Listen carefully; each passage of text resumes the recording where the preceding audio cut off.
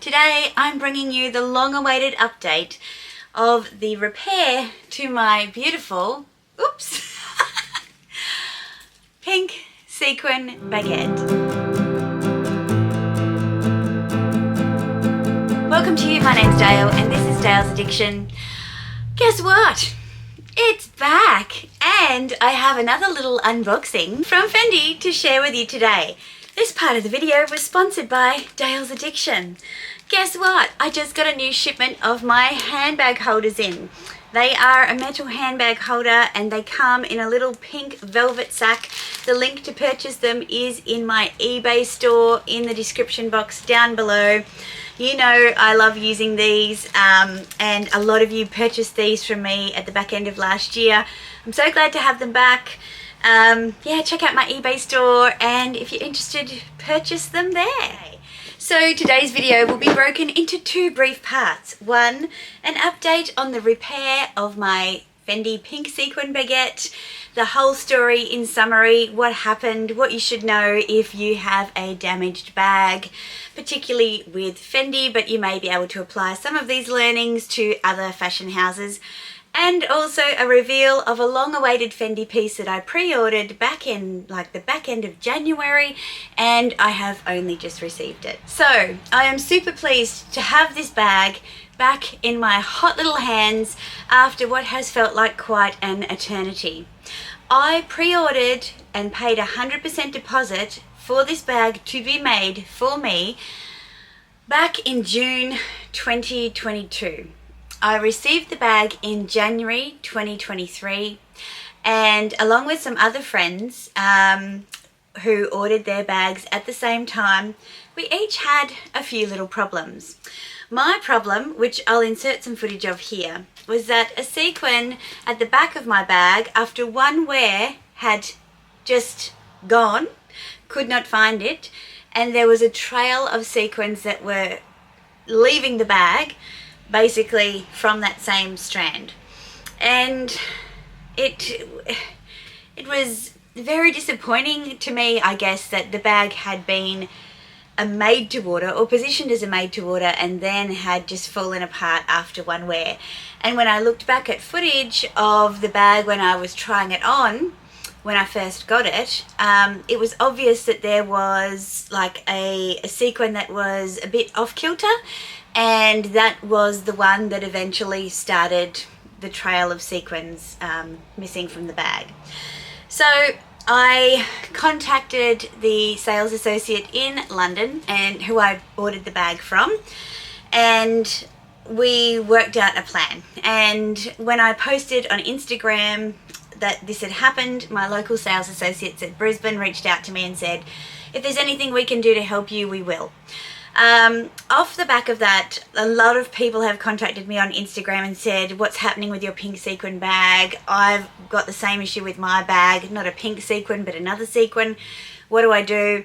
And I suggested that they get in touch with their local sales associates and if possible, go and see them in person. It feels very uncomfortable to be dealing with an anonymous email recipient, a bot on a website chat system. You need to be talking to someone because you want some assurance and peace of mind. So my London sales associate and my local sales associates worked together and gave me some options, one of which was to return for a refund, and not sure how the duties I paid would be sorted out. Still don't know the answer to that one. Return for a repair, and if the repair wasn't to my satisfaction, then I could still obtain a refund. I chose a repair because who wouldn't want this beautiful bag in their collection? And I have a number of other sequin pieces, and at that time I was quite happy to take that choice. So I returned the bag to my local boutique and we waited for Rome to get in touch with us. What we didn't understand was there's a regional repairs coordinator for the Asia Pacific region, and I'm sure that's the same right across the world in the different regions. That person was on leave for a period of time, and in their absence, nobody else deals with repairs. So it took several weeks for us to get in contact with somebody to assess the damage to the bag. Then when that person assessed the damage, they had to speak to Rome, and then they had to come back and say, yes, we've decided we're going to send you spare sequins to Australia and we'll have the bag repaired in Australia. You don't have to send the bag to Rome. Fantastic. This was the end of February or something like that. So I'm like, right, so when are the sequins going to be sent? The sequins will be dispatched in 2 weeks on the 10th of March. Okay, why can't they be dispatched today? Do you not have sequins? Interesting. So 10th of March comes and goes, no word. 10th of April, no word. Just so happened that the manager of our local store was heading to Rome for their conference and said, look, I'll follow it up before I go.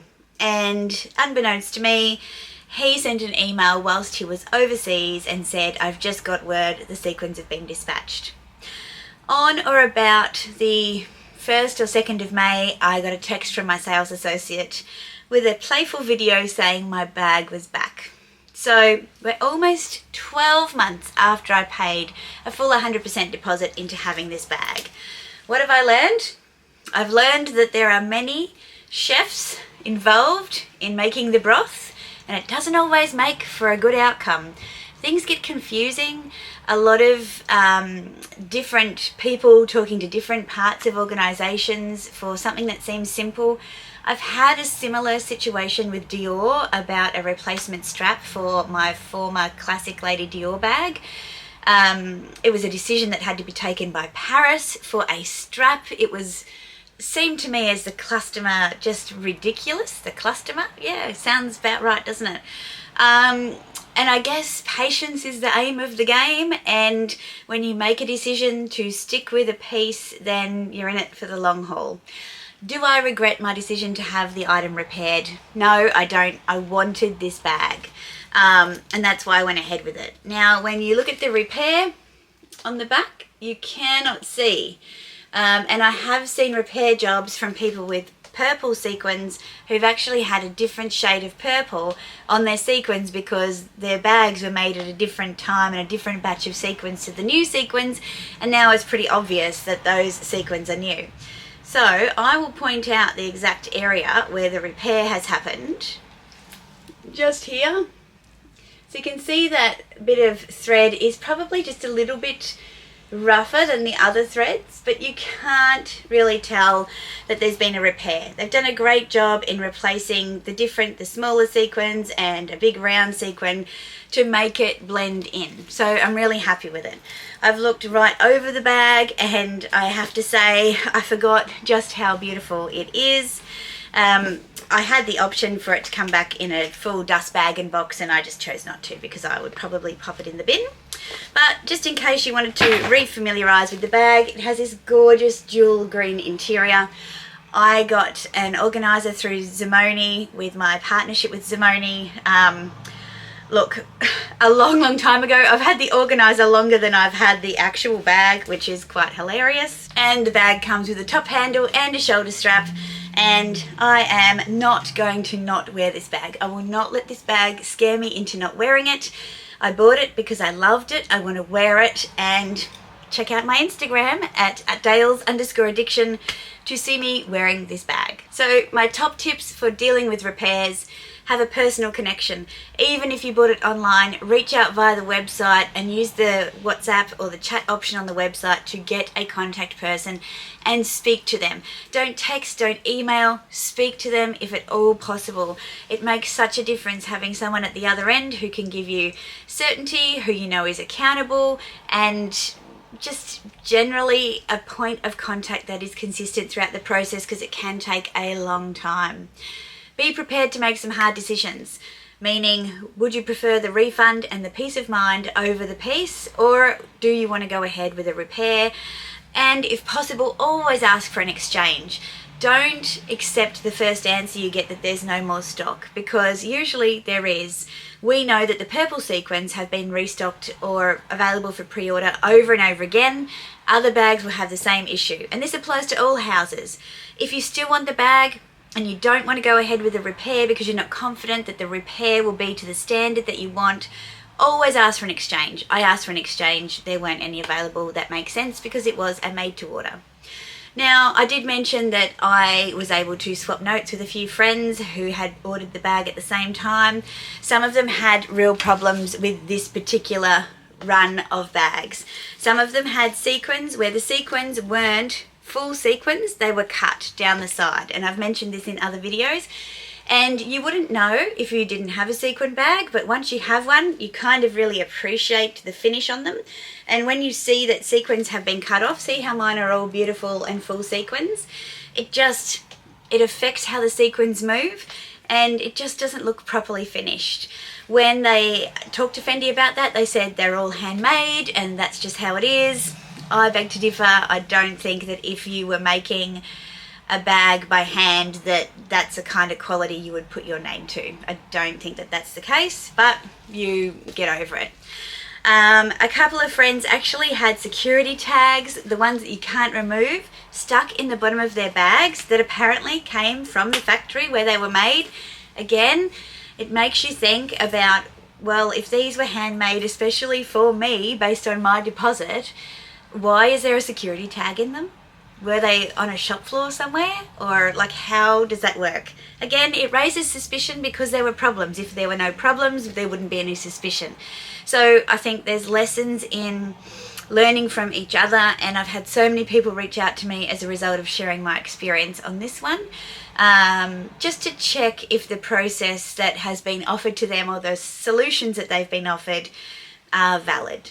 At the end of the day, it's nothing that takes the shine off a really expensive purchase like these than something going wrong. It really does, and it's hard to get it back, and you've got to be honest with yourself as to whether or not that's something that you can overlook and move on from, or whether or not it's just soured the taste and you want to give it back, get your money back and move on to something else. So for me, it's been a great news outcome. I'm so impressed by my local Fendi boutique and the help that they've provided.